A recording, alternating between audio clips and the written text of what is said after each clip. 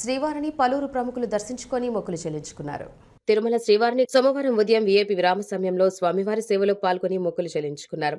దర్శనానంతరం రంగనాయకుల మండపంలో వేద పండితులు వేదాశీర్వచనం అందించగా ఆలయ అధికారులు స్వామివారి తీర్థ ప్రసాదాలను అందజేశారు. అందరికీ నమస్కారాలండి.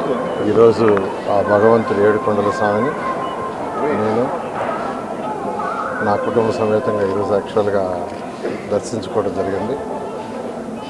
ఈ రాష్ట్రంలో ప్రతి ఒక్కరూ ఆయన ఆరోగ్యంతో సకల ఐశ్వర్యాలతో ఉండాలని ఆ భగవంతుని కోరుకోవడం జరిగింది. గత ప్రభుత్వంలో ఈ రాష్ట్రం ఆర్థిక పరిస్థితి అతలాకుతమైన విషయం అందరికీ తెలిసిందే. అయితే ఈరోజు ముఖ్యమంత్రి గారు వారికి ఉన్న అపార అనుభవంతో ఈరోజు రాష్ట్రాన్ని ముందుకు తీసుకుపోతున్నారు.